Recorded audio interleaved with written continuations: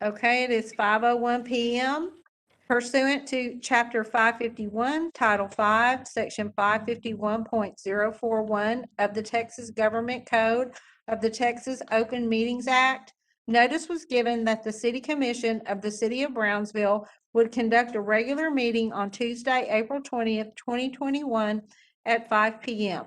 via the WebEx teleconference meeting link and teleconference information provided at the City of Brownsville Agenda Center. The notice and meeting agenda were posted online at the City of Brownsville Agenda Center. Members of the public who submitted a public comment form will be permitted to offer public comments as provided by the agenda and as permitted by the presiding officer during the meeting. A recording of the meeting will be made and will be available to the public in accordance with the Open Meetings Act. It is now 5:02. And we can call the meeting to order. Let me just confirm, Commissioner Cowan, have you joined us yet? I'm here. Okay, and what about Commissioner Munguia? I don't see him. Commissioner Munguia, I think, is the only one we're missing. But let's go ahead and call the meeting to order. Thank you, Lori. Let's get started. Okay, next is our invocation by Pastor Brad Burks. Let's pray. Father God, we thank you for the awesome pleasure it is to know you as our Lord and Savior. We are your creation. We're here because of you. And Lord God, we thank you for the many blessings you've given us, the blessings of living here in Brownsville. Lord, we thank you for the rain that we've had, and we ask you for more of it in the amounts that would be good for us. And once again, Lord, we ask you to bring healing to those that need healing. Bring comfort to those that have lost loved ones. And Lord, for our nation, we ask you to bring us together in unity around your truth, And Lord, during this election time, we ask you to give us the leaders that would be best for the city of Brownsville. We ask you to do your desires in the city of Brownsville and in this nation. Lead and guide our mayor and city commissioners and everyone presenting everything for this meeting. In the name of Jesus Christ, amen. And now we have a short moment of silence where we can all add our prayers to what has already been spoken.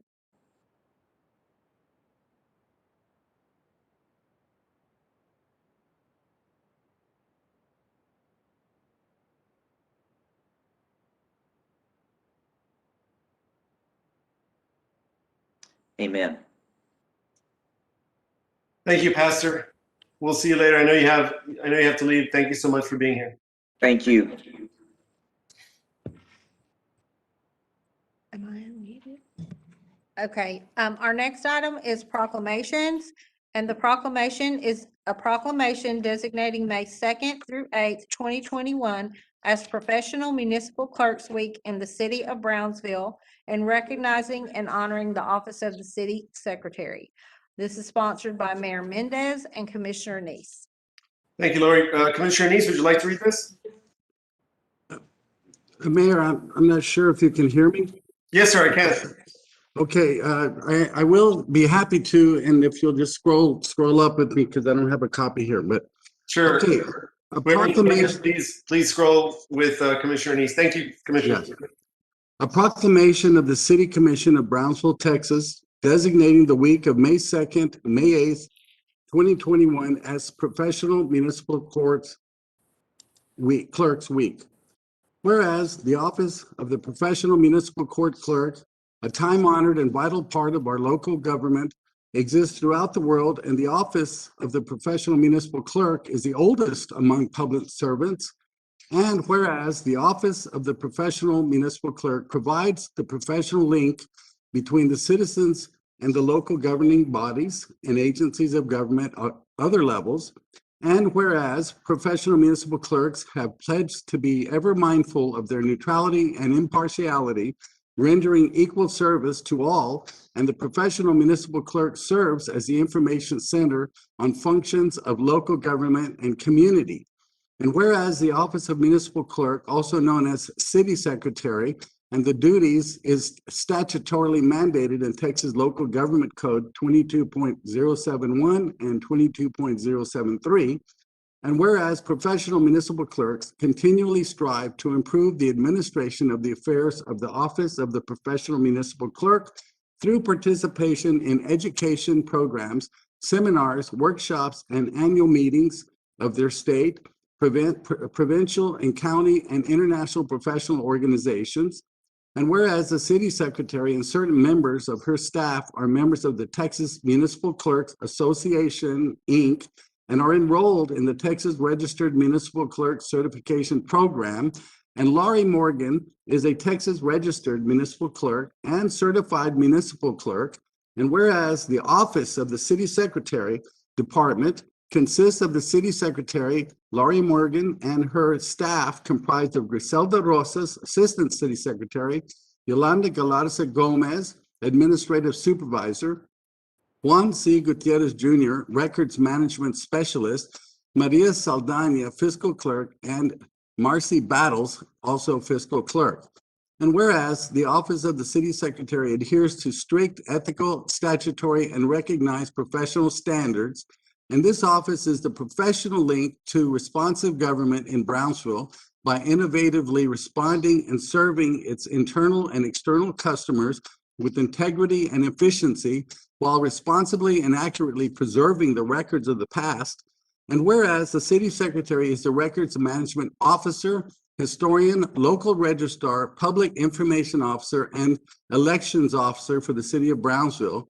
And whereas the office of the city secretary innovatively responded to the COVID-19 pandemic by offering virtual public meetings and implementing agenda management software to facilitate accurate and timely posting of public meeting notices, agendas, minutes, and video recordings, as well as implementing safety protocols and technology solutions.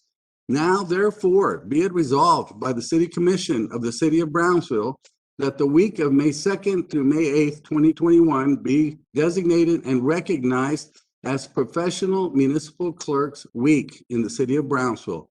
The City Commission, by the authority vested by the Charter of Brownsville, and on behalf of all of our citizens, extends appreciation to our professional municipal clerk, Laurie Morgan, TRMC, CMC, CPM, City Secretary, and her staff, and to all professional municipal clerks throughout the Rio Grande Valley, the state of Texas, and the nation for the vital services they perform and their exemplary dedication to communities they represent.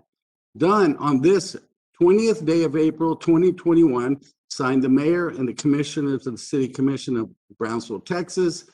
And that was quite a proclamation, and my congratulations go out to you, Ms. Morgan, and your staff.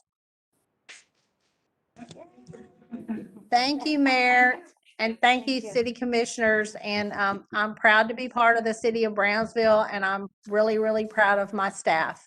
And we just appreciate all that you do in supporting us. Well, definitely, it's our pleasure, Lori, and to all the staff. Y'all have done a fantastic job over the last year. I know as our city has grown, you've had much more on your plate, and it's been much more difficult also dealing with what we've had to deal with since March of last year. But great job. Congratulations on the awards, and keep on rocking. And thank you so much from definitely on behalf of myself. Okay, so now we can move on to the public comment period. We had 7 people we had a total of 9 forms, but 7 of those wishing to comment. So I'll call them in the order in which they were received, and they will have 3 minutes to comment. The first one is Jerry Ruiz. Jerry, are you present?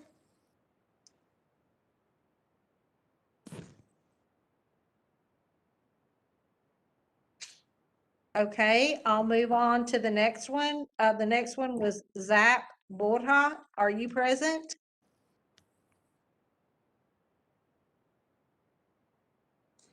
Okay, I'll move on to the next one. Lisette Castillo, are you present?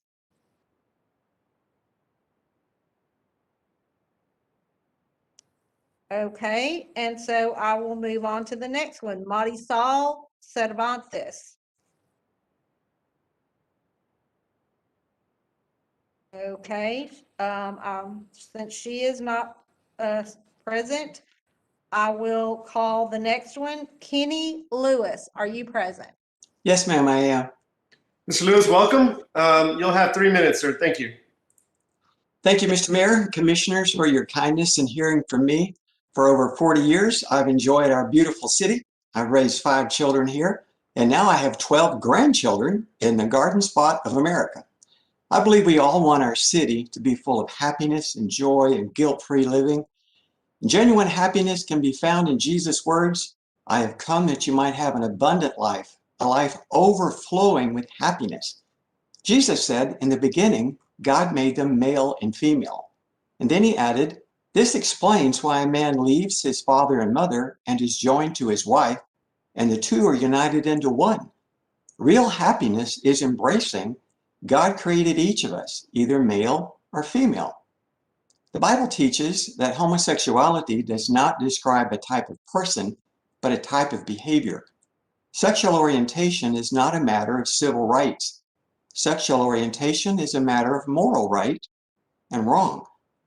If the Fair Practices Ordinance is amended and adopted, the city will be discriminating against those who follow traditional marriage and biblical sexual boundaries. If this ordinance is adopted, this city, the poorest city in the U.S., will be forced to spend hundreds of thousands of dollars in legal fees to both prosecute and defend the lawsuits that will come. If the city endorses the gay and lesbian lifestyle, the city leaders will be promoting one lifestyle over another. For 2,000 years, the Bible has taught God abandoned them to their shameful desires. Even the women turned against the natural way to have sex and instead indulged in sex with each other. And the men, quoting, "instead of having normal sexual relations with women, burned with lust for each other."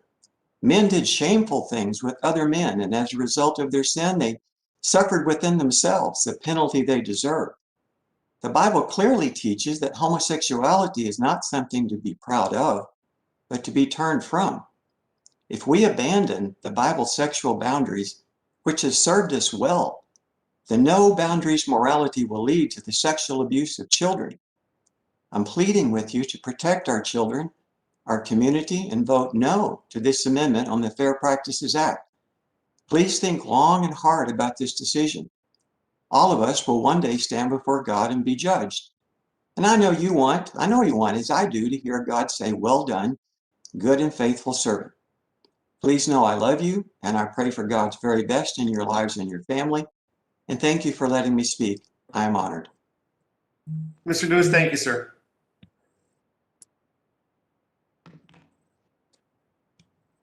All right, our next, public comment form was received from Jesus Mendoza.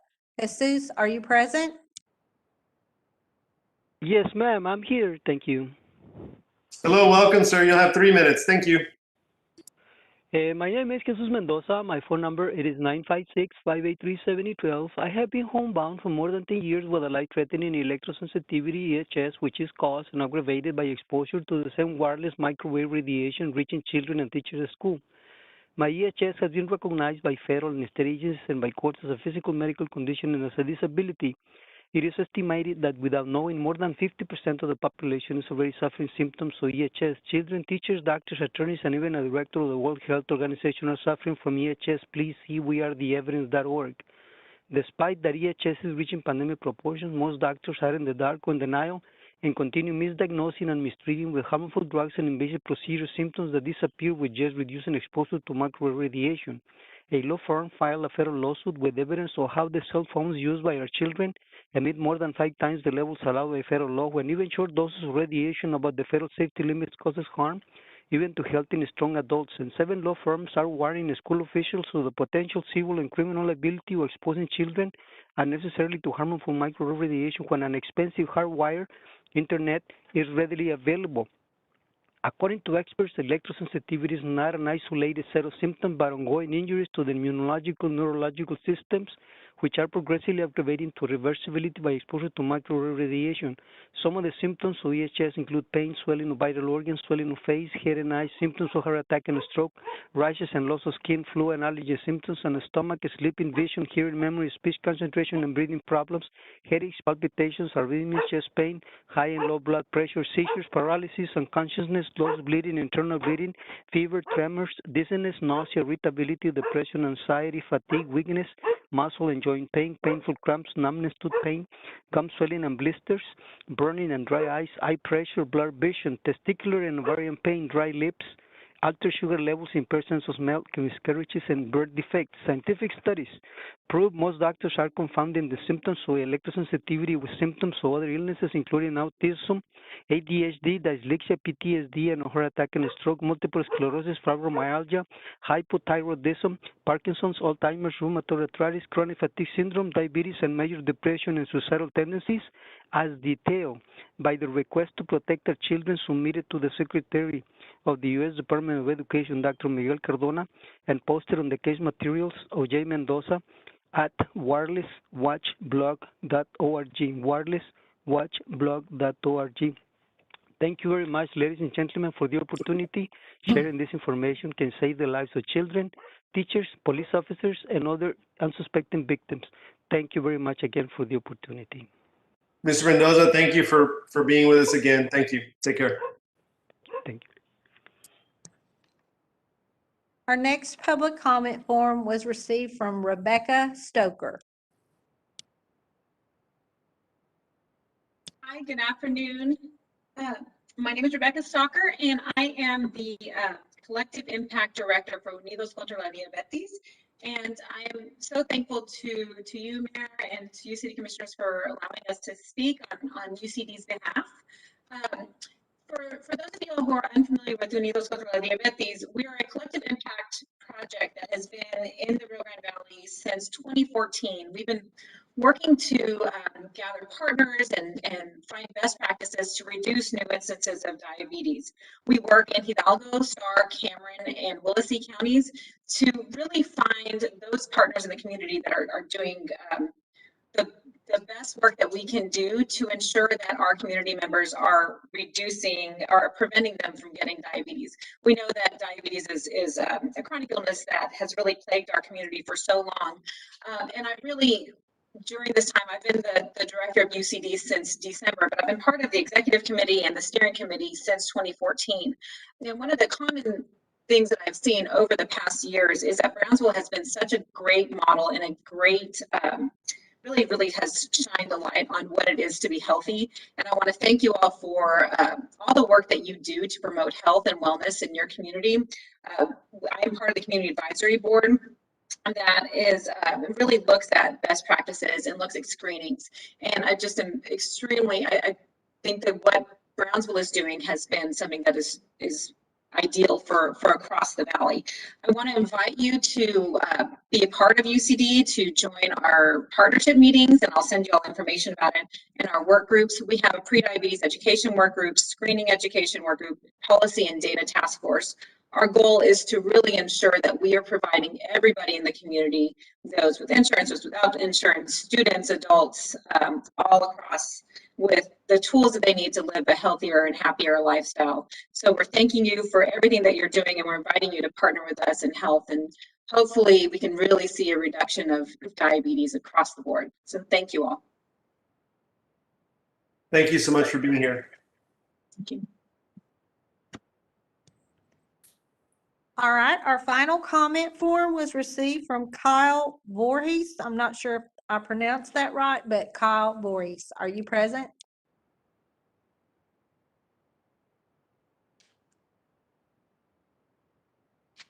Sir, I believe you're on mute.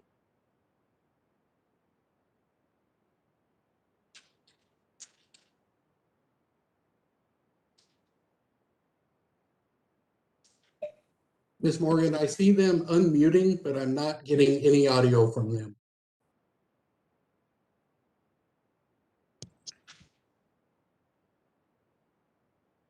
Okay, Mr. Voorhees, we cannot hear you. I will tell you that I did forward your public comment form to our procurement department, and I believe they will be responding to you by email. But Or phone. He'd like a phone call, looks like. Mr. Voorhees, okay, we got you. I'm sorry we can't hear you, but I could tell you said, hey, give me a phone call. So looks like they'd like a follow-up phone call. Thank you so much for being here. Sorry we couldn't hear you. Thanks, Lori. okay, and we will move on to our work session, which is item 1, presentation of employee handbook update by organizational development and human resources department. Yes, thank you, Lori. Good evening, Mayor and Commissioners. My name is Perla Cepeda, Organizational Development and Human Resources Director. And with me this evening is Laura Hernandez, ODNHR Manager. As you know, the intention behind of the organizational development is to focus on developing leaders at all levels of the organization in their personal and professional career. And HR side provides the foundations to improve management decisions and create efficiency in our processes. This evening, we are here to present the updates for the new employee handbook. And we know that this is a work session and no action will be taken, but we will appreciate your feedback, recommendations, or comments. Next slide, please. Hello, good evening, Honorable Mayor and Commissioners. We'd like to begin and share the process for updating the employee handbook. First of all, a focus group was created with scheduled weekly meetings reviewing the 2006 handbook chapters. From there, the focus group formulated recommendations, presented the first draft to the city management office and directors, and initiated a communication plan. During this time, a decision was made for the handbook to be reviewed and recommended with other best practices, cities with their best practices, and ensure we did not miss any compliance regulations. An employee handbook and an administrative procedure guide was the result. Next slide, please. So as mentioned on the prior slide, we wanted to incorporate critical elements for the city leadership to manage the set expectations enacted on employees.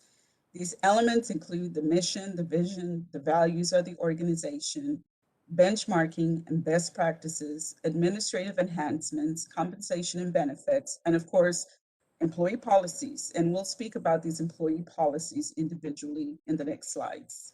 Next slide, please.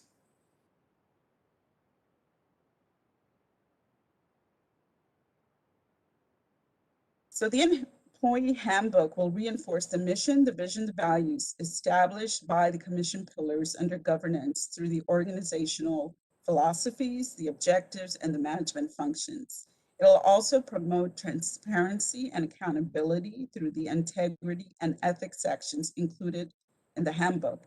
And finally, it will develop, promote, and complement the organizational values with teleworking as an example of innovation and part of our culture of trust.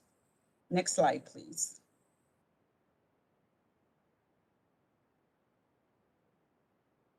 The employee handbook will address benchmarking and best practices by establishing a 3-month orientation versus the current 6 months.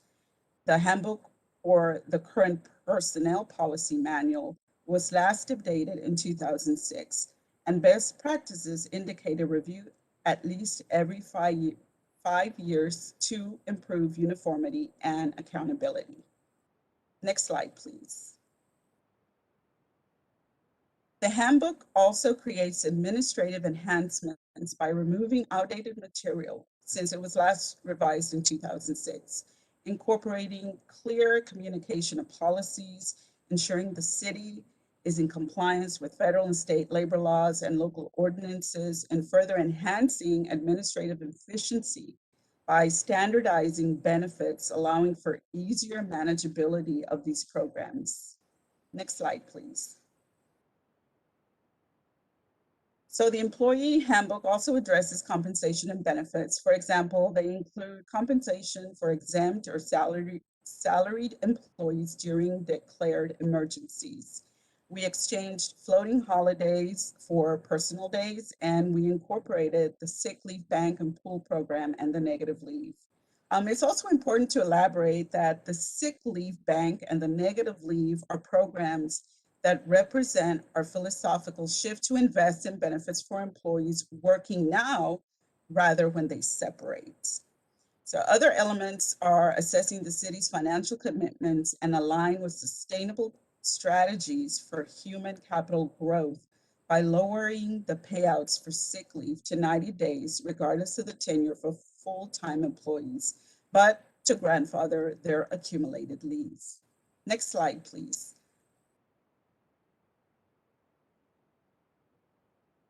Continuing with the compensation and benefits, as mentioned on the previous slide, investing financial savings towards benefits and compensation and training and development opportunities during employment versus afterwards. We want to ensure we are not incurring additional position costs for part-time employees by limiting the part-time hours for 1,000 hours per calendar year and eliminating accrued fringe benefits such as sick leave, annual, and holiday for part-timers. Next slide, please. So the city of Brownsville has generous sick leave benefits for employees. However, in order for the city to position itself with sound fiduciary responsibility, limits could be set on financial liabilities, some of which include the sick leave payouts for employees. The recommendation is to lower the sick leave payouts, is supported by other city comparisons. We did do a survey with regional cities, and these are the results. I'm not going to go into a lot of detail on this chart, but the city of Edinburgh, the city of McAllen, the city of FAR, and Brownsville PUB all have a maximum payout for their full-time employees at 90 days. City of Harlingen has no payout for their employees. And as you can see towards the last column of this chart, none of these organizations, except for the city of Brownsville, has fringe benefits allocated for their part-timers. On the bottom of the graph, you'll see that we are very generous with our benefits. However, this is a unique and complicated method to calculate and administer the sick leave. So by lowering the payouts and the accumulations, it would decrease not only the financial liabilities, but also some payroll and administrative costs in tracking and maintaining some of this leave. Next slide, please. So other employment policies that are included in the recommendations for the employee handbook are the lactation program, the violence prevention, and the social media policy. Next slide, please. So what's next? Today, this is only a work session and no action will be taken. We will take commission feedback and apply it to the employee handbook, then bring it to the commission for approval at a later date. We will use the change management model to communicate changes and bring employees on board during the following 30 days after commission approval of the employee handbook. Next slide, please. Are there any questions? I have some, but I'm willing to wait if anyone else does. Does anybody else have any questions besides Commissioner Neese? All right, Commissioner, floor is yours. Okay, well, let's go back to the first slide there.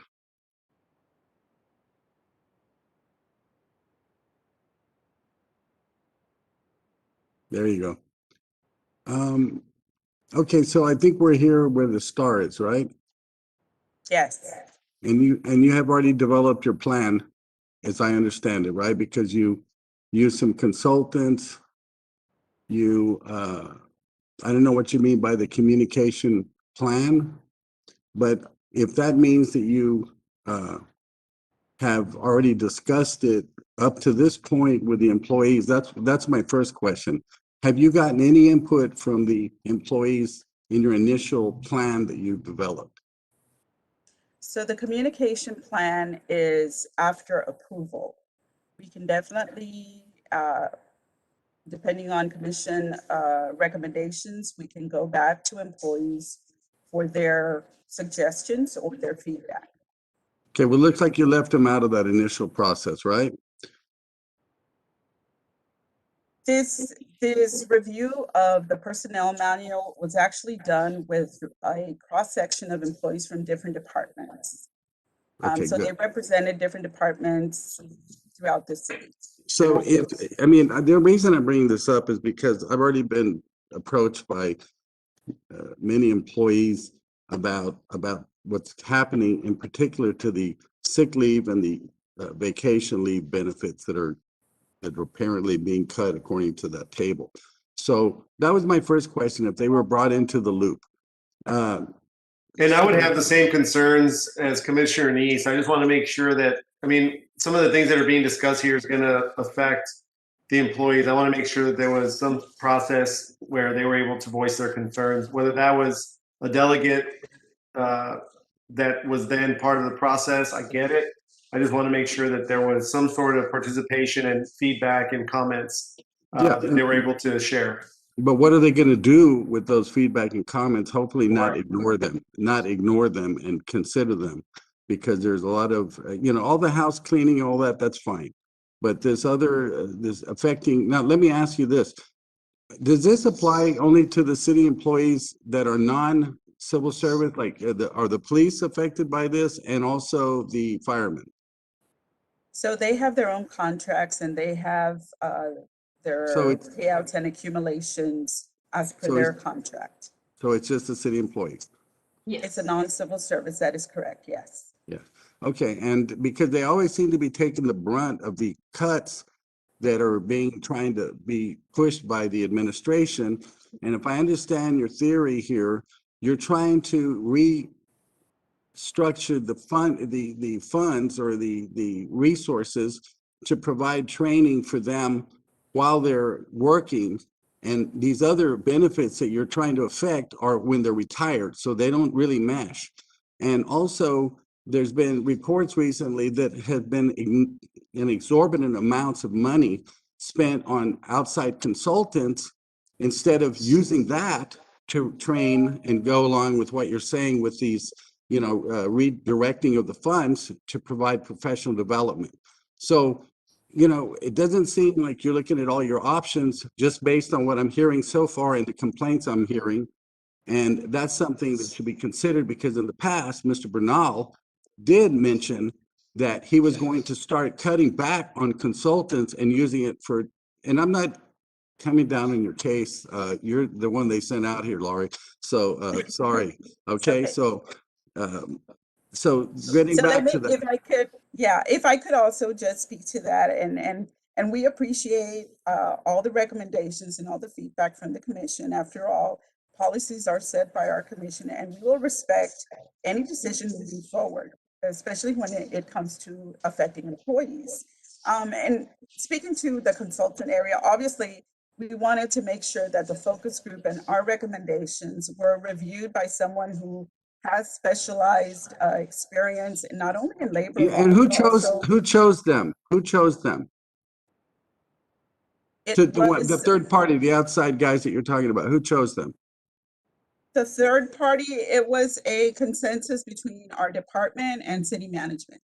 Okay, because see, being a lawyer, we know that if we want to prove something, we just hire the expert that tells us what we want to hear or we want others to hear. And that's part of the problem I see with these consultants and the way they're being acquired in some cases, okay? So you just go out and get a guy and tell, this is what I want to hear, and then they give it to you. So that's my red flag on that one. But I think that when you go and try to use an excuse of we want professional development and you're spending all this money on consultants, it doesn't add up. I mean, it's just not the best way to do it from what my opinion, okay? I don't know how the rest of the commission feels about it. So I think if you want to have a Cadillac plan for employees, for example, because you're not paying them the way, they haven't gotten raises. I don't even know how long, the 3% cost of living. And you know what they do? They say, well, I'm going to stick it out. Why? Because I have these great benefits. It's like a Cadillac plan. And you're trying to get them to get into a Volkswagen when you start reducing their benefits that they're relying on and working decades in some cases to have this when they retire. So, you know, I think before you shove this down our throat and the next move is to go vote on your plan, I think the city employees need to have a bigger role in this. And maybe you can come to some compromises, but just cutting them out as usual is something that I cannot support. I'll put it that way. Yes, of course, and we will definitely take your recommendations and your suggestions along with all the other commissioners and our mayor. And we will go back and we can bring you options, or we could even have a discussion maybe during our town hall about this. And then we can move forward with another work session if I think that would be Yes. advisable. Once you tweak out a plan that is fair to everybody and that is input by everybody, then you're talking, because they may have their own ideas about their own professional development because they're not going to need it if they're retiring. Okay, and if the city won't reward them for having an extra degree or certification, you know, what good is it? I mean, all you're doing is inviting them to say, hey, I'm leaving Brownsville and I'm going to go to San Antonio, Harlingen, where my training is going to actually get me a higher wage. So the arguments don't quite, the logic doesn't quite hold water from what I can see. Okay, that's just my 2 cents here. I'll pass the mic. Laura, I have a question.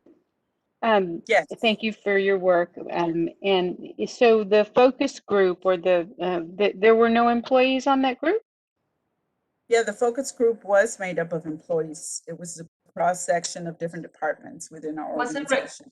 Was a representative for each department. We have a legal, we have engineering, public works, we have parks and recreation. We have a representative for departments. Yes. Okay, in your How little many- chart there, Excuse me, I wasn't done. I'm sorry. If I could finish my question.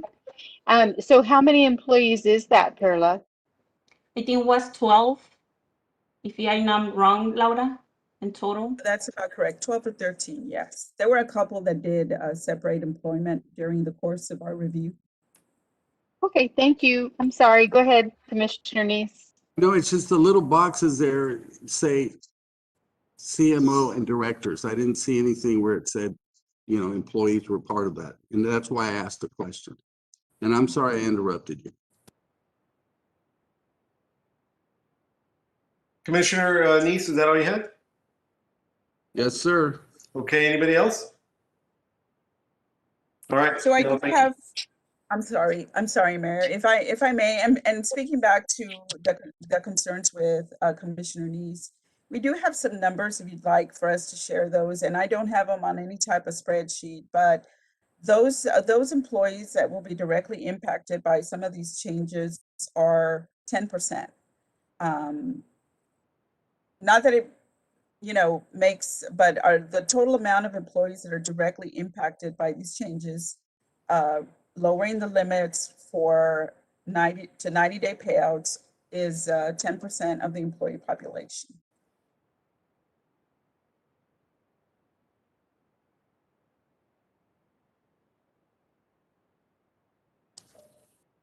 I don't know if anybody else wants to discuss that chart a little bit more. It looks a little complicated, but maybe we can review it in time for the next work session and see if it's been modified. Yeah, if you can just get a copy of that out to the commission, please. Yeah, please. And that way we can review it and have a little more time on that. Thank you. Thank you. Thank you.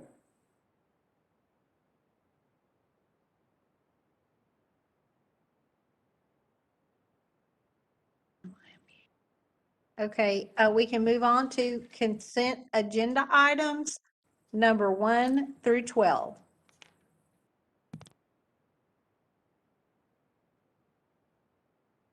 Does anybody have any motions on the consent agenda? To approve? We have a motion to approve. Is there a second? Second. We have a motion and a second. Any discussion? Those in favor? Aye. Aye. Aye. Those opposed? Motion passes. Thank you. Okay, we can move on to public hearing.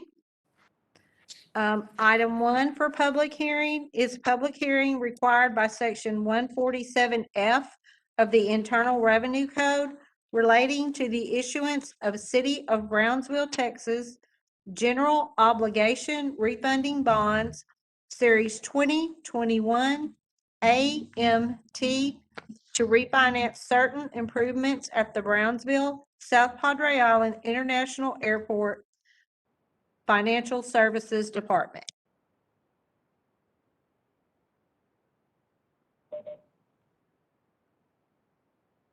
Good evening, Mayor, City Commission. My name is Jay Juarez, for those of you who I haven't had the pleasure of meeting. I'm an attorney with McCall Parkerson Horton. We have the privilege of serving as the city's bond counsel.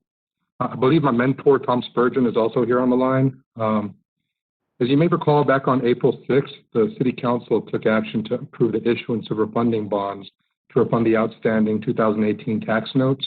This public hearing is just a prerequisite to the issuance of those refunding bonds. But whenever bonds are issued on a tax-exempt basis in relation to airport improvements, federal tax law requires a public hearing to be held just to give the public an opportunity to voice any comments that they may have. So we've posted notice on your all's website over the last 7 days as required by federal tax law. And now we're just moving forward with opening and closing this public hearing. There's no formal action other than opening and closing this public hearing that needs to be done by City Commission.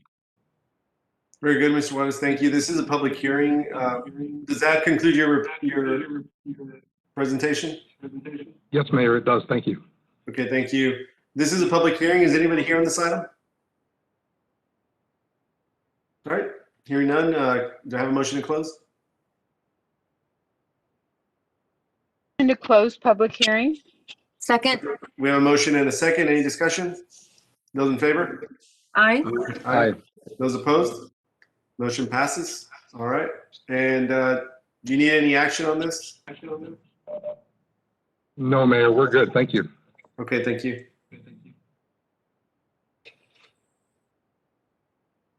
Item 2, public hearing and action on first reading on ordinance number 235-2021-001 to amend the zoning map from commercial corridor to regional center for a tract of land being 0.617 acre out of lot 1, block 110 of El Jardín re-subdivision, Cameron County, Texas, located at 1302 North Minnesota Avenue, Brownsville, Texas, 78521, as shown in Exhibit A, District 2, Planning and Redevelopment Department. Good evening, Honorable Mayor, Commissioners. So this case is, as mentioned, for a used car lot. It is a rezoning from commercial corridor to regional center. I do want to point out that the rezoning is based on the new provisions that were implemented by the Unified Development Code. So, and I also want to mention that this item is related to item number 4 that's on tonight's agenda. So as mentioned, used car lot, it is fronting North Minnesota Avenue. Next slide. So this is the aerial view of the property. What predominates is single family dwelling. There is also some undeveloped land. There's a church across the street and a mobile home to the northwest of the property. A mobile home park, I'm sorry. Next slide, please. As you can see, the area predominates in zoning as commercial corridor. The ETJ or extraterritorial jurisdiction is to the east, and there is some R1 or residential zoning to the southwest. To the northwest, there's also a small amount of light industrial. Next slide.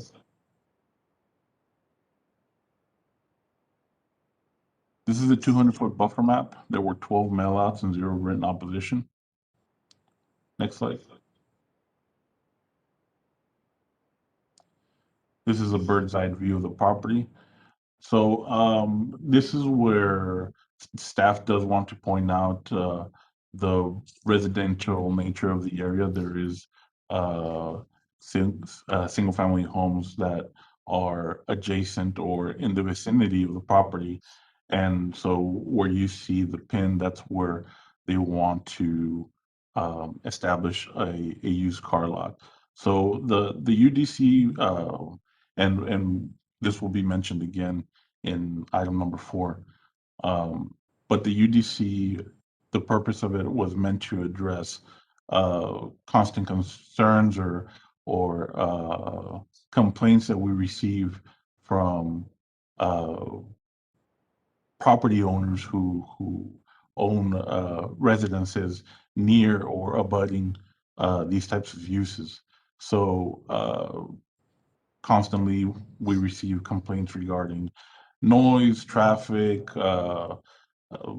fumes, and sometimes even paint going to the adjacent homes because body work is done outside. So it is meant to, the provisions were meant to control the amount of these establishments that frankly predominant, well, are very high in the city. So can we go to the next slide? So this is a street view of the property. This is basically, it used to be a single family home. It's going to be repurposed for a used car lot. Next slide. Another angle. Next slide. And this is a car lot that's actually a couple of properties to the north of the subject property. Next slide. So as per staff's recommendation, moving into the P&Z meeting was to, well, staff did not recommend the approval. The request is not consistent with the comprehensive plan and future land use plan. P&Z did recommend approval to rezone from commercial corridor to regional center. Any questions? My only concern, Martin, with that property is if you look at the condition, the picture that you showed us, is that the current condition of that property with the knocked down fence and the house with the broken out windows? Is that what's currently there right now, or is that an older picture? No, that was taken this month. We went out there and took pictures, so that's the current condition. My only concern is that house appears to be a nuisance. There are people that are living very close by, and I would hate to live next to a house in that condition with a broken fence, and I mean, just what a mess. If this doesn't pass because it's not within the UDC, is there any hope of them cleaning up that property, or is it going to be left in that condition? Well, when we look at item number 4 on tonight's agenda, under the UDC, the provisions require that we also ask for a specific use permit for certain uses that create a potential nuisance, including used car lots. So in the specific use permit, we require the applicant to submit a site plan to basically address or to implement certain design elements that will potentially prevent, but nevertheless, staff would still oppose the use.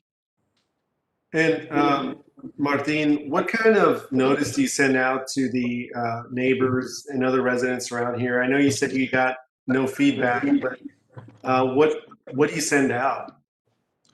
Well, we abide by what state statute says. We do mail outs within a 200-foot buffer area. So we base it on the addresses that are recorded with the property as per Cameron CAD.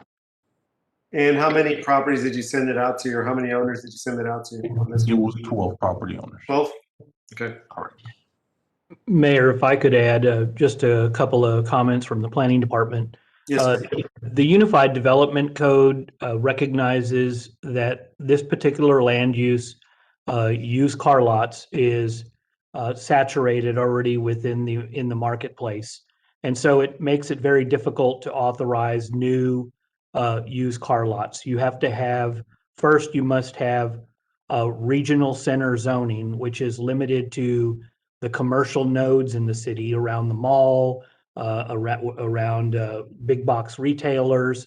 So the area available for new used car lots is very small.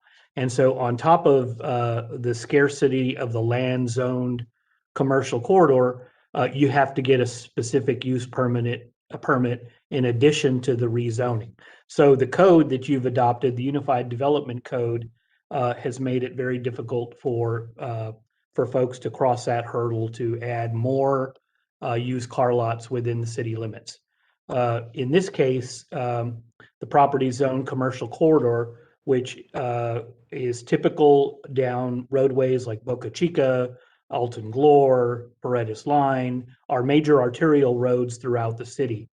And so by changing the zoning from commercial corridor to regional center, you're taking our most intensive retail zone and placing it on one of our commercial corridors to allow a used car lot. And so this is your new code in action. It's designed to improve and enhance the quality of life in our residential neighborhoods and our commercial corridors, and to go in the other direction to making to rezoning to regional center would introduce more intensive uses and is not the intent of the UDC. Understood, Mr. Vasquez. Thank you. Thank you. That helped explain it quite a bit. Mhm. Somebody get a comment? I'm sorry. May I ask a question? Yes, of course, Commissioner. Go ahead. I drove by there yesterday and I noticed that in the lot next door, there were mechanics working on some cars. Is that the car lot or is it on the other side of Travis? The one that's already existing? No, it should be on the south side of Travis. So Okay, maybe so the one you're closer to referring to is closer to the half existing where- car lot. Sorry? That may be the one that you saw or that you're referring to, may be the existing car lot. I'm gonna, it's not my district, but I deal with that complaint often in my district because there are different areas that are residential and are gravely affected by these used auto car lots. What ends up happening is they end up taking the residential street spaces so that people can't really park in front of their house. They end up doing mechanic work in front of their house, and so they leave oil slicks and car parts. It really is a nuisance. For that reason, I personally am going to vote against it, but it's just something that I want y'all to consider. But again, it's not my district, and it is a big issue for people, especially when you have homes that don't have garages, and so they have to park in the car, along the street. And so this would only make the competition for street parking even harder, which Minnesota is, you can't really park on the street, but you have, if you looked at the plan, the lot is very narrow. You've got Travis Road, which doesn't have any curbs or gutters, and I can see already the dumping of tires, which is commonplace in areas where you do have a lot of and I'm not saying that all the used car lots do that, but it is a big issue. So just want y'all to be aware. I just don't want to discourage the applicant, and I really would hope that they could clean up that property, because in the condition that it's in, it's probably a bigger nuisance than a car lot could ever be. But I'm going to agree with the new code that we passed, and if those are the rules that we want to imply to build our city, then we're going to have to follow them. But I would really encourage the property owner to come back and really rethink that piece of property, and hope that they could clean it up. Okay, well, we haven't heard from anybody yet. This is a public hearing. Is there anybody here on this item? Lucio here. I'm representing the owner. I just heard something, Lucio. Hold on, let me. Can you hear me now? Yes, sir. You got a little bit of feedback, but go ahead. Okay, sorry about that. Eddie Lucio here, and I'm representing the owners. What we'd like to point out, number one, we've presented all our documents and the exhibits that we had to the Planning and Zoning Commission. There was no opposition or objection at that time to anything we were presenting. The only issue that they had were some of the concerns that have been brought up already. The concerns at that point, similar to the ones we heard here today, centered around whether we could provide a site plan that would be able to address those issues. And that was actually made a requirement for the new ordinance also. So a specific use permit was requested at that time in order to take care and address those issues, as well as the site plan. So the contractor, who is present here with me also via Zoom, Mr. Menchaca, has developed a site plan. We've gone over it with everybody. Everybody's approved it. There were concerns. They've been addressed: noise, parking, all those issues have already been addressed. The site plan is pretty thorough. It's been approved. The next step was, we went before the Planning and Zoning Commission again, once we had our site plan and the specific use permit. And again, approved with no objection from anybody. Now, one of the things that we want to address and point out to everybody is what we presented to the Planning and Zoning Commission, where was a petition in support by all the adjacent neighbors to this property, in basically supporting the project and the plan as developed for this car lot. What's on there now is an eyesore, and it's a nuisance. And the church in front, I forget the name of it.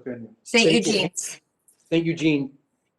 Also, the pastor himself signed on to the petition in support of this zoning, because they've been dealing with this property there, and it really is an eyesore, and they consider it to be dangerous in the state that it's in, and could lead to other further problems as well.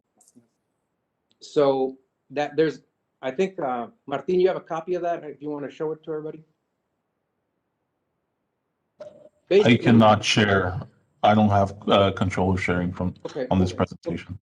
Basically, what we presented to the Planning and Zoning Commission was a signed petition by the neighbors, again, addressing that. This is a car lot. It's an insurance business as well, but I believe that the site plan has taken care of everything. And there's been no opposition from any of the neighbors who received notice. So not only no opposition, but we have a petition in support of the business. And I believe that along with the site plan addresses all the concerns, and we're open to questions, but believe that should take care of every issue. Again, no objection, and hopefully we get this approved. One question that I have, based on what Mr. Lucio said regarding a site plan, if a site plan was approved for this, how did that get done if they didn't have the zoning for this type of business? Yes, so let me clarify. The approval can only be done by the commission. When it's said that the site plan was approved, let's say at staff level, is that we review it to make sure it addresses all of the comments. And then it proceeds to the Planning and Zoning Commission. But that never means that it's an approval, because the only approval can come from City Commission. Okay. And I just have to get mad at Mr. Lucio, because I was like so set on this, and then you brought my priest into it. So now I really have to think about it. Mr. Lucio, and so how long have the owners that you represent owned that property? I think they've owned it for over 40 days already. Sorry? For over 40 days. 40 days. So they bought it on the chance that maybe they would get a rezoning, correct? Correct. And the sale's final. It wasn't contingent on them being able to get the rezoning. I believe it is final, yes. Then that's the problem, because we faced that same situation here on Billy Mitchell, where they wanted to do a used car lot, because on the other side of Billy Mitchell, it's commercial, but on the side that they wanted to do it, it was residential. And so they bought the lot hoping that they could get the rezoning, because the other side of Billy Mitchell is commercial. People who are diligent about doing their they should be business owners should be doing their due diligence and not commit this money thinking, oh yeah, I'm gonna get it done. That's my issue. Well, you know, like I said, they're trying to take care of those issues and the concerns already. I mean, all I can tell you is they got the support of the neighborhood. The plans, you know, we believe where they actually do take care of all the concerns that have been addressed so far. We've gotten no objection from the zoning commission, from the planning and zoning commission, the 2 times we've been there. We have a backup plan in case that the rezoning wasn't approved. Excuse me? Did they have a backup plan in case the rezoning wasn't approved and they couldn't do a used car lot? I don't Do know they that have they have another business I idea? don't think no, I don't think they have a backup plan other than that one. Mr. Vasquez, oh, I'm sorry.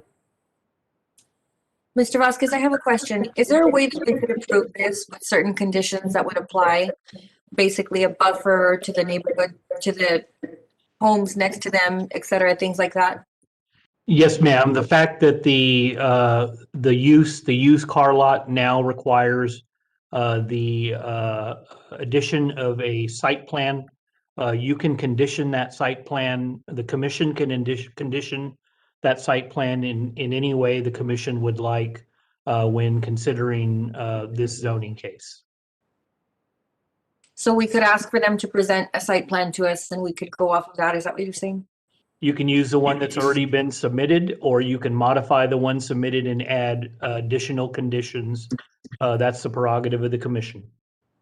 Right, and just to add to that, the site plan will actually be presented on item 4 on tonight's agenda.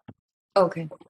And just so that the commissioners know, we have gone back and forth already with the site plan. We've revised it 5 times already. We've submitted it, each time, where there was a concern, we modified it, changed it to comply with that. And any other concerns that were brought up, we addressed them, redid the site plan. So the owners are doing everything they can to comply to whatever it is that the requirements are for this. And again, they've submitted it 5 times already.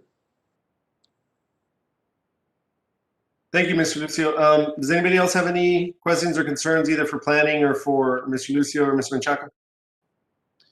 I have a question for Mr. Lucio. When you say that the neighborhood has basically approved this project, how many people signed your petition? We have a total of the adjacent neighbors, which are 1, 2, 3, 4. Those are the neighbors directly abutting the property. And I just want to point out, we did include the signed petition or petition in favor within the packet that was sent to commission. Thank you. I don't have the site plan in front of me. I'm sorry, I didn't get the paper back up for this meeting, but I would hope that it would include a buffer on the sides to protect the home, some type of vegetation so that they don't have to see the car lot. And I know the way the street is structured, Minnesota is not really a place where you can just park on the side of the road. So I would hope that there would maybe be a long driveway where people could park without issue on that. I'm not sure though, I can't see it. And just make sure that it's something that's very appealing in that neighborhood, because that one rundown house kind of butts to where the traffic light is, and it's an eyesore, and it makes the whole neighborhood feel a different way. So I would really like to see, and I think the neighbors in that area deserve something really nice there. So those would be my only concerns. But again, I don't have the site plan in front of me. I don't know if that's addressed. Yes, there's a buffer, a really nice 10-foot masonry wall that's been included in the site plan to address the issue of noise and sound. Maybe you could add some vegetation so it feels more like a neighborhood. Just my advice. Yeah, we have like a 10% requirement that we've complied with on the vegetation, trees, and things of that sort. Okay.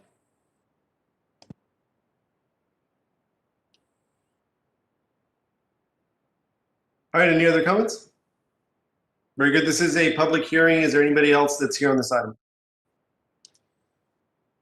All right. We have a motion to close? Motion to close public hearing? We have a motion to close. Is there a second?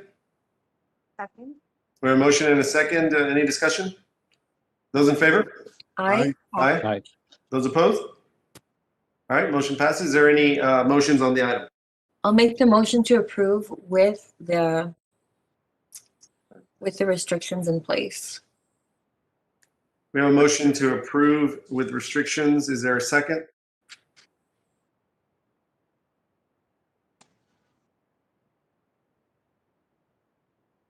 Motion fails. All right, hearing no second, the motion would fail then. Do we have any other motions?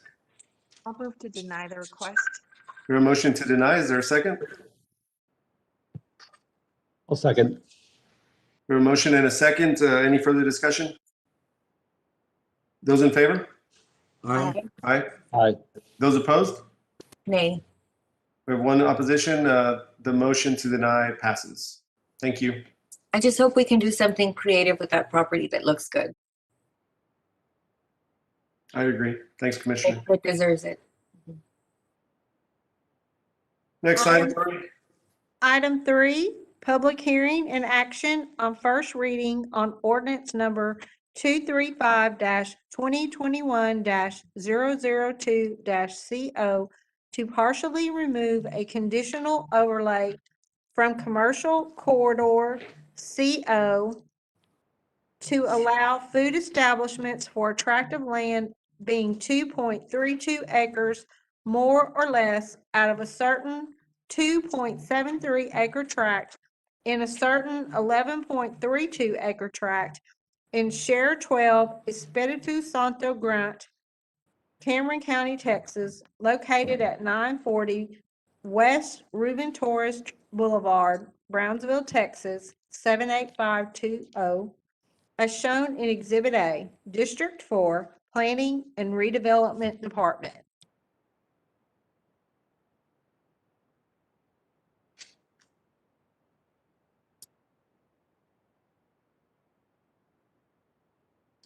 Who's presenting on this? I'm sorry, I was on mute.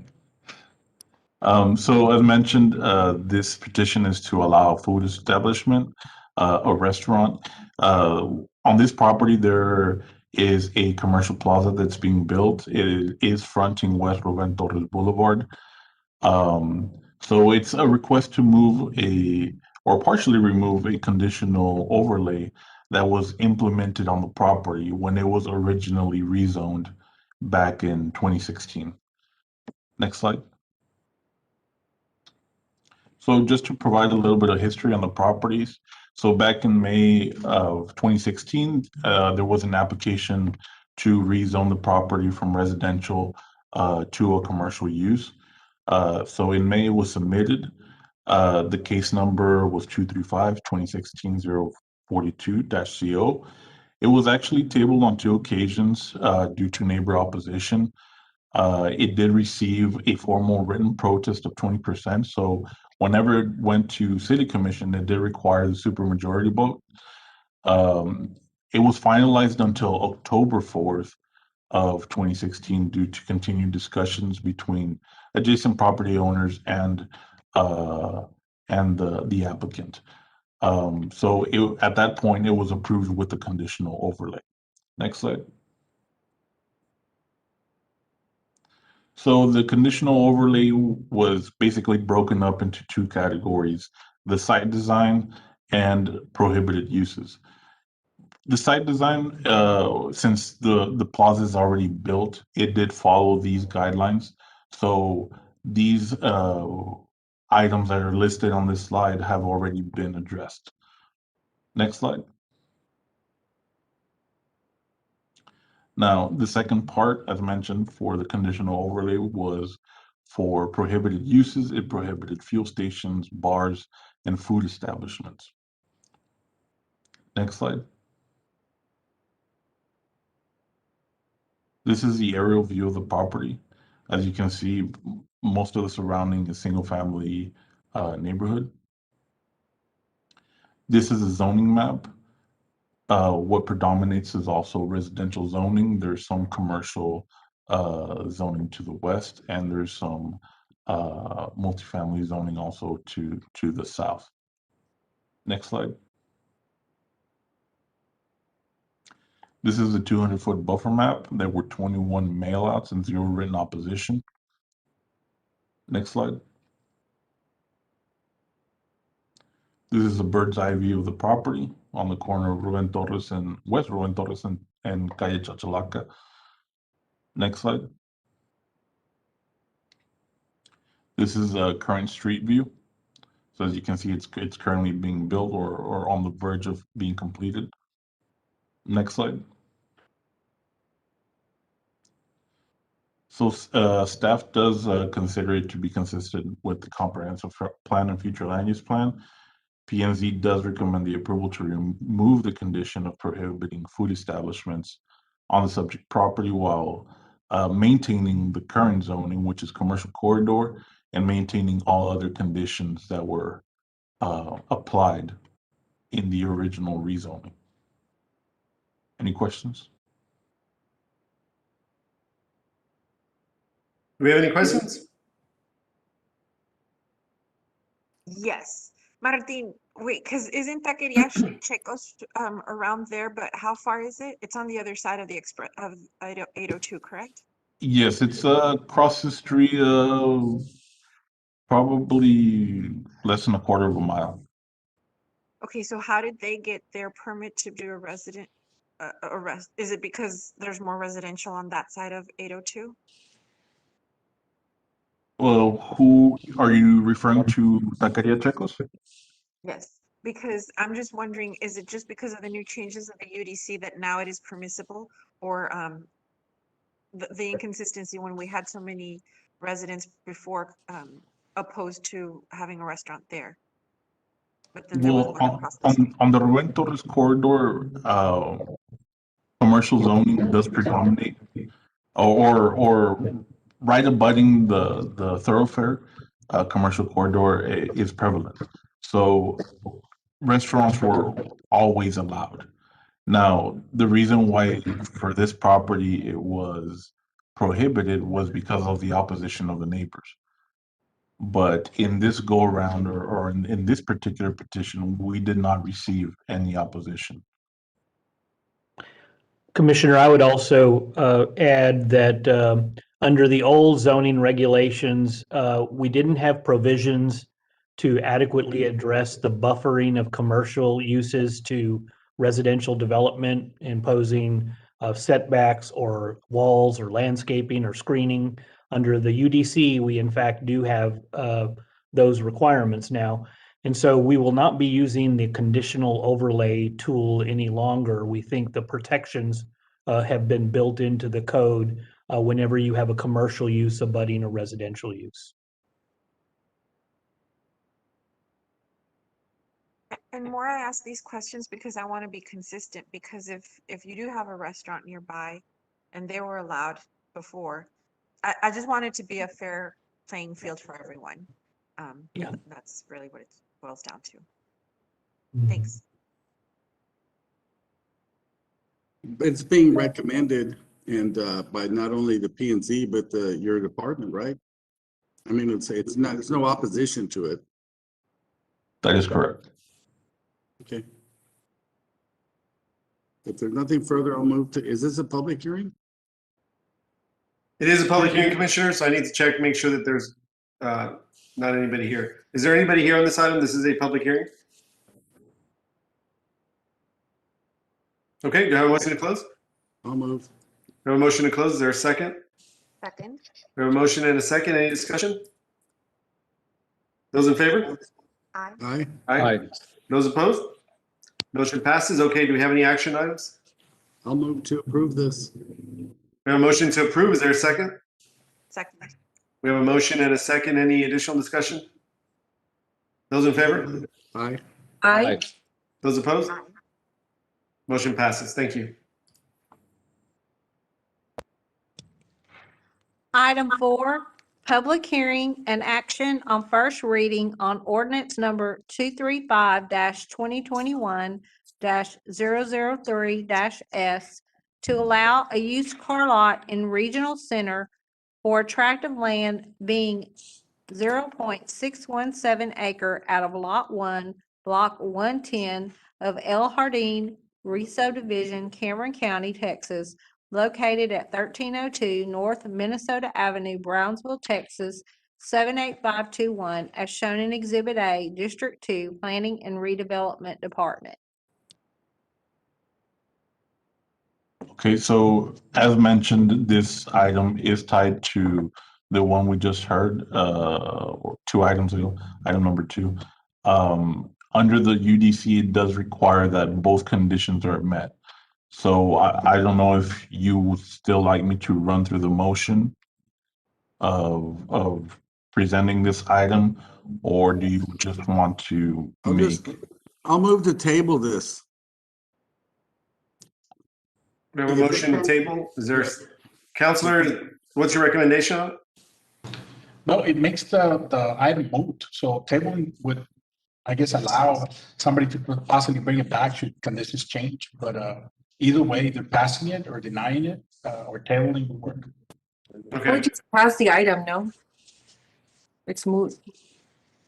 It's the item we just heard regarding the used car lot on Minnesota. Okay. So like I said, under the UDC, both the rezoning and the specific use has to be approved in order to allow the used car lot. So that's why I was asking if, based on the denial of the rezoning, would you still like me to present? Commissioner Neese, you made a motion to table. Do you want to keep that on the table? Yes, because if they cure it somehow, they can bring it back. Okay, we have a motion to table. Is there a second?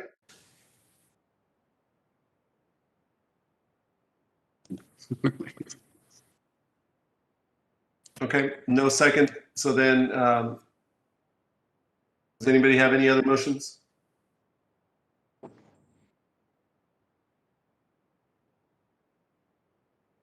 Counselor, if we just pass it, is that good enough, or do we need to vote on that? Well, if you pass it, then we're anticipating that it'll be brought back at some point, correct? So I think if you don't intend to consider it, then any motion, like a motion to deny, would be fine, or a motion to but you know, if you are going to consider it, we should have a presentation. I'll make the motion to deny. We have a motion to deny. Is there a second? Second. We have a motion and a second. Any discussion? Those in favor? Aye. Aye. Those opposed? Motion passes. Thank you. We'll move on to items for individual consideration. Item 1, consideration and action to authorize the City of Brownsville Multimodal Transportation, Brownsville Metro, to offer free rides on Customer Appreciation Day, May 21st, 2021, multimodal transportation transit. That's a no-brainer. I'll move to approve that. Second. Motion to approve and a second. Any discussion? Those in favor? Aye. Aye. Those opposed? Motion passes. Thank you. Thank you.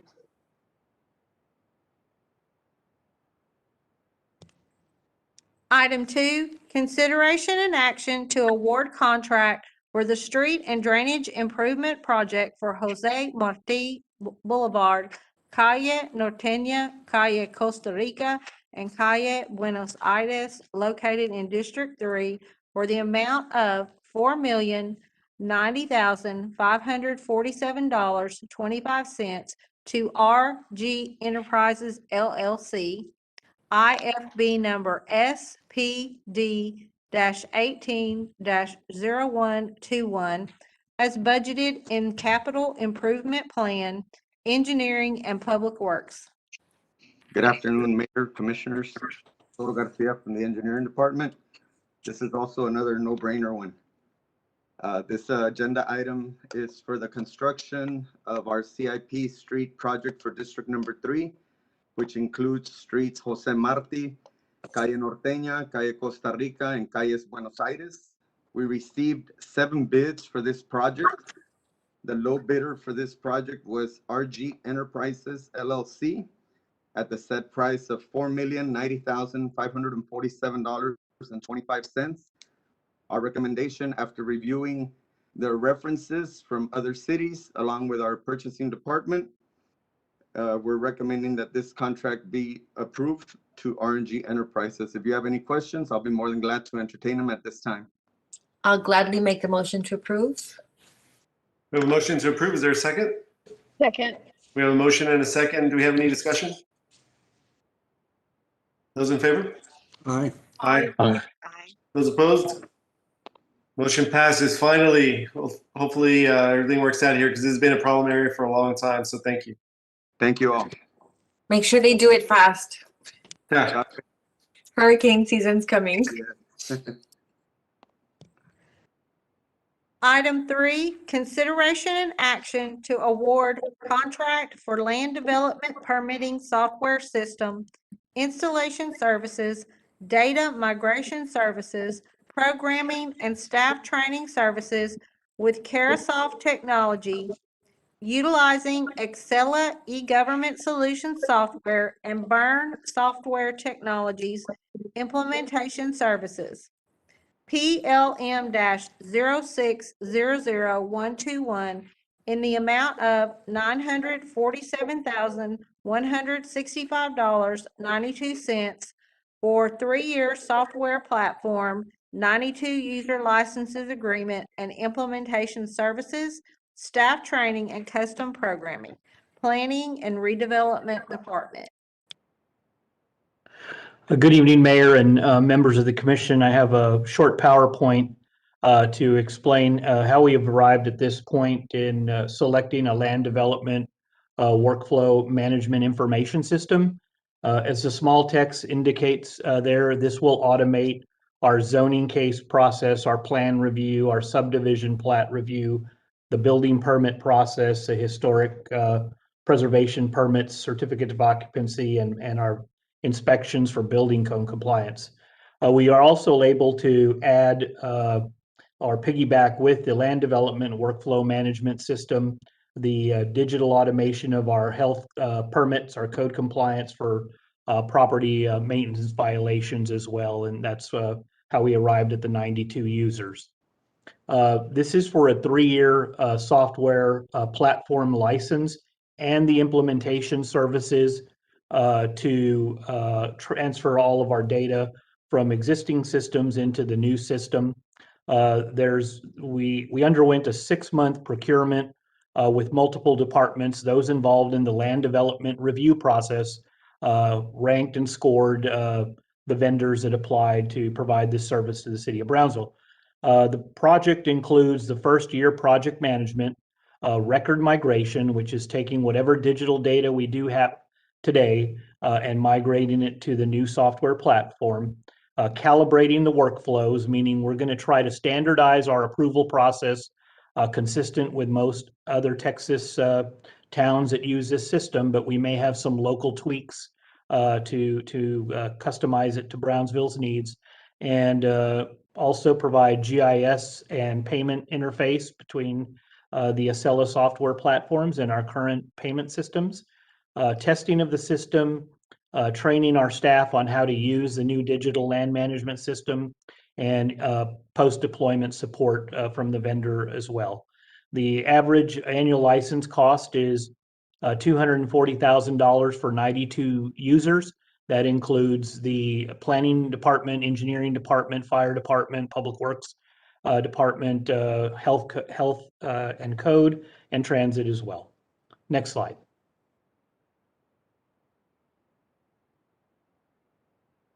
What's really exciting about this system is that it's not just designed for internal use by the city staff, but you also have to think about this software platform that will be available to our land development customers. All the builders and developers in town will be provided an account. They will log in. They'll be able to upload their documents. They'll be able to fill out online forms from their office. They'll be able to submit permits from remotely from their office, look online on the system to check status updates for approvals and processing flows. They'll be able to schedule their inspections online rather than trying to reach us by telephone, which will help out tremendously. They'll be able to monitor the plans as they go through revisions and comments are made by the reviewing departments, and they can respond as the process flows. They'll be able to look up online markups and secure online approvals. There will be push notifications to the users to let them know documents are missing or what needs to be done to continue the approval process, as well as internally, there'll be alerts to the different staff members that are performing the reviews that their review timeline is nearing expiration and they need to hurry up and complete their review and their approval. And finally, we'll move into a mode of digital record management and storage rather than manila file folders and a paper floating around during the land development review process. Next slide. So the vendor, the software provider that we'll have an ongoing relationship with into the future is Acela. They are an industry leader in providing state and local governments with digital information management services, but more specifically, they have expertise in local government with the land development field. This is off their website. They have 275 million customers or citizen users worldwide. And for a local municipality up the road, they had implemented successfully the Acela land management system by reducing turnaround times from 3 weeks to 3 days and commercial permits from 2 months to 5 to 10 days. And that is the former, I think it was former building official with the city of McAllen that provided that quote. Next slide. Here is a case study from the city of McAllen that implemented the Acela system a while back. They have been operating with the system, and our customers, when they go to the portal online, it's going to look very similar to what they're already used to using in the Upper Valley. So the customers that we share between the Upper Valley and the Lower Valley will be already used to this Acela platform, and we're excited that they'll be able to transition easily and seamlessly into the Brownsville land permitting system. With that, we do have representatives or should have representatives from Acela or their other two partners that are involved in the implementation. That's Burn Software and Caresoft software systems as well. Those are the folks that will be providing the implementation and training services to the project. With that, we'd be glad to answer any questions. Does anybody have any questions? I do. Go ahead, sir. Okay, so one of the dangers about getting involved in software like that is that if it's too proprietary and then the company goes out of business, you know, a few years down the line, you're kind of stuck with it and then there's no upgrade. So does the money that you're asking for include the maintenance, the annual maintenance fee for the first 3 years? So I'll let if there's a representative from Acela, Burn, or Caresoft on, I would let them answer that question. But I would add, Commissioner, that this land development software platform, I've been involved with it for 25 years. It's again, it's an industry standard in my opinion, and I'm confident they're going to be around a long time. It sounds very impressive, and that's very comforting to know that. But it is, I guess, knowing what the annual maintenance costs, you know, during the 3 and after the 3 years would, you know, I think we should know what that is. Yeah, is there someone from Acela that? I guess they were pretty confident about this one. Well, I'm going to add that the cost will be, if it's over the 3-year period, it averages about $240,000 a year. Yeah, can you hear me okay? We can. Yes. This is Ted from Acela. So just a couple of things in response to that. It's a subscription-based solution. This is for 3 years, as Rick had mentioned. And so to go beyond that, you would simply renew with us, but the city would definitely have the ability to terminate the relationship if they chose. We do have 80% of the largest and mid-size cities, local jurisdictions, and counties in the United States. We've been in business for over 20 years. Most recently, we were selected by Dallas just this past couple of weeks for a similar implementation. We have El Paso, the state of Texas, and other communities as well that are using our solution. Okay, so then the total cost, let me see if I can see what that is. Am I answering? Yeah, yes. Okay, so it's 940,000. So your annual subscription fee is 947,000 divided by 3, right? Is that it? I'm sorry, if you want to respond.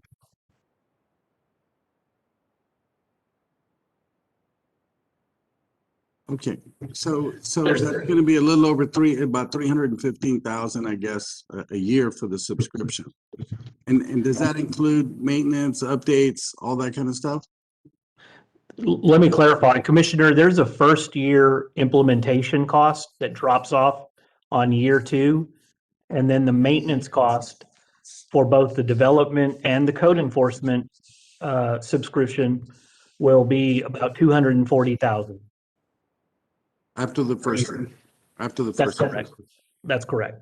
Okay, so if after the 3rd year we choose not to continue with those annual subscription fees, is the software still operable or it's just not being updated? How does that work out? I was disconnected there, so I'm not sure you can hear me. Yes, we can. I guess the simple way to answer your question is if in year 4 you decide you no longer want to use this development information management system, you would select another system or you would go back to your manual system we currently have. Okay, so it's just a yearly license basically, and once the year's up or the 3 years are up, we have no more license to be able to use the software. That's correct. And with the license, the Acela software platform will have a relationship with the city, and they'll provide updates, technical assistance, and any problem solution management as well. That's software updates. That's correct. That's part of the maintenance or the annual subscription. That's correct. Okay, I don't see him nodding his head, so I'm assuming that you're answering affirmatively for them as well. So there are also 90, is it for 92 users? How many users are we talking about? I mean, it's a very robust system. Yes, it's for 92 years. There's what will happen in year 2, Commissioner, the Burn company and the Carasoft company will no longer be involved. They are assisting with the integration and the migration from the current systems we have to the Acela software platform. And they also help with implementation and training in the first year. you discussed, so then that means that's the add-on cost for the first year, I guess. That's what brings it back to the 240. Okay, so then you did mention something about code enforcement application. Is there some kind of integration with the software that the municipal court uses? In other words, is it going to be independent or is it going to be integrated? I mean, I don't know if it includes citations or violations and things like that. I can't speak for Acela. I'm not familiar with their court module. If they have one, they would have to be able to respond to that. I'm familiar with the land development and the code enforcement modules. But that's it. That's what I mean. The code enforcement results in citations usually if there's violations. So when your code enforcement guy says, hey, there's violations, and I guess they input it into Acela, how do you get it from there to the municipal court? I mean, that's all I'm wondering, if there's some kind of plug-in or integration or something, interface. Ted, can you answer that?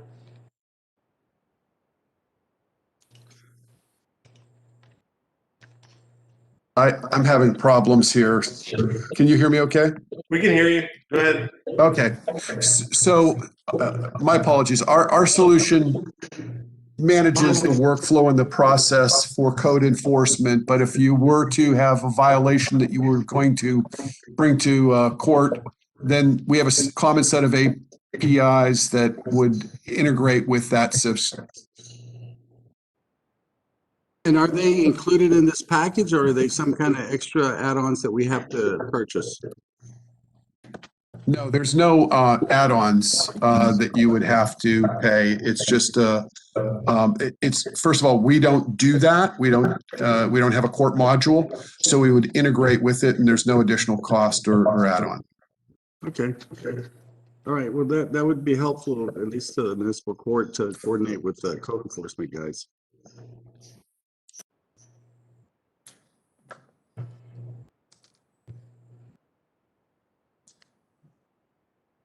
Is there any other questions or comments? I have a question for Rick. During the implementation and afterwards, are we going to maintain a paper file as well, or is everything's going to be online? Hopefully, we're taking everything digital. A lot of our customers submit digital blueprints as well as subdivision plats. However, we don't have a system to be able to manage those digital documents or to manage the workflow through a digital process. We have to take their digital data and then turn it into a paper review and approval process.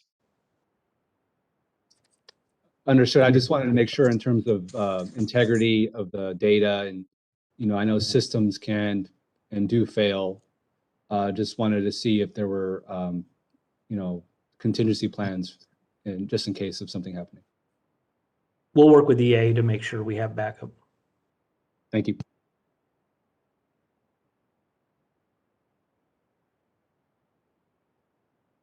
Okay, any other questions or comments? Very good. I'll entertain a motion. Motion to approve?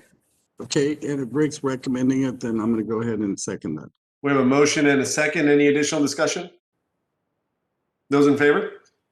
Aye. Aye. Aye. Those opposed? Motion passes. Thank you. Mayor, I'm an aye, but I couldn't unmute fast enough. Okay, thank you, Commissioner.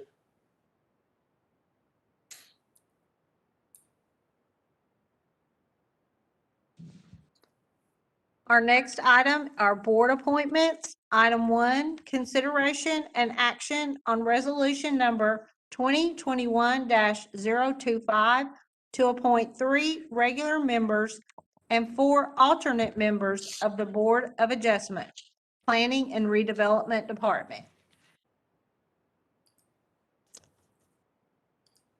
Good evening again, Honorable Mayor, Commissioners. So we are bringing forward this item to appoint members to the Board of Adjustment.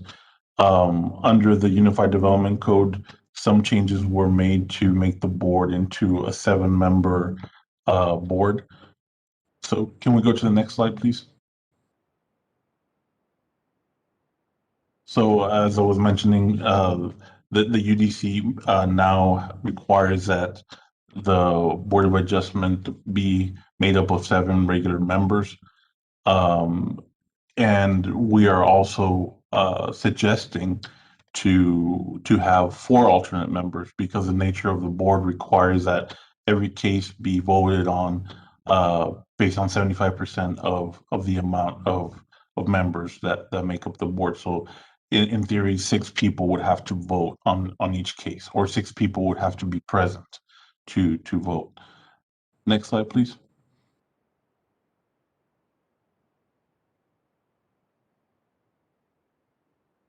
So the purpose of the board is basically to review variances, special exceptions, and appeals. And as I said, each case must be heard by at least 75% of the board members. Next slide. So this is the current status of the board. We have 4 regular members, and now based on what the UDC requires, there are 3 vacant positions for regular members. Now, under the original requirements, we do have, for example, Dr. Jose Hinojosa, he's an alternate board member, as well as Ms. Michelle Garcia. And so that would leave all 2 vacant positions for alternate board members. And we do suggest to keep those alternate positions filled in the event that someone from the regular members is absent for whatever reason it may be. So next slide. Go ahead. I was going to just say, I would move to follow your recommendation and appoint those 2 to the main board instead of being alternates. Right. They also expressed interest in becoming regular members. I'll second that. All right. We had a motion and a second to appoint Dr. Joe Hinojosa and Michelle Garcia as permanent members. Yes. Is there any discussion? I would just ask them that the last space be left for District 1, and I'll find someone. But yes, Okay. I'm okay. I think we're gonna probably see some applicants here. I think we kind of jumped the gun a little bit, but I get why. So we have a motion and a second on the table. Is there any additional discussion? Those in favor? Aye. Aye. Aye. Those opposed? All right, very good. I wonder if maybe we should table this for the new commission, seeing as how it could be changing in 1 week. Well, I think they may have some business. Mr. Vega, when is the next meeting for this? The next meeting would be, it would be May, hold on, I'm sorry, let me. Should be May 4th.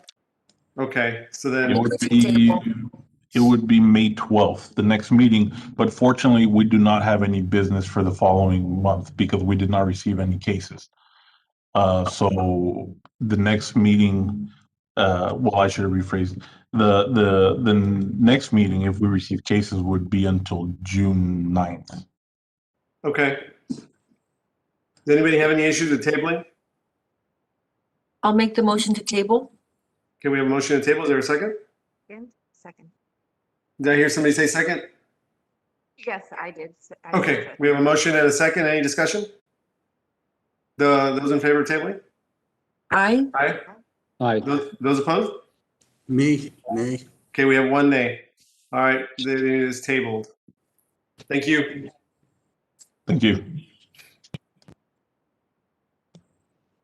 Our next item is executive session. I'll read the item.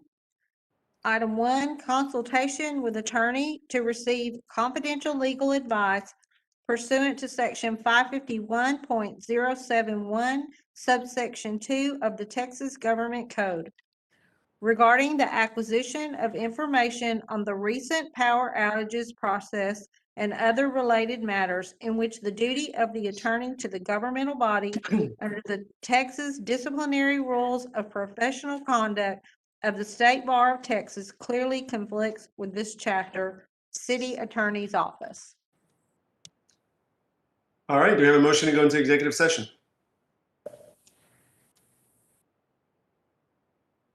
Motion to go to executive session. I'll make the motion, yes. We have a motion and a second. Any discussion? Those in favor? Aye. Aye. Aye. Those opposed? All right, we'll recess to executive session. Thank you. It is now 6:44 p.m. and the City Commission will go into executive session.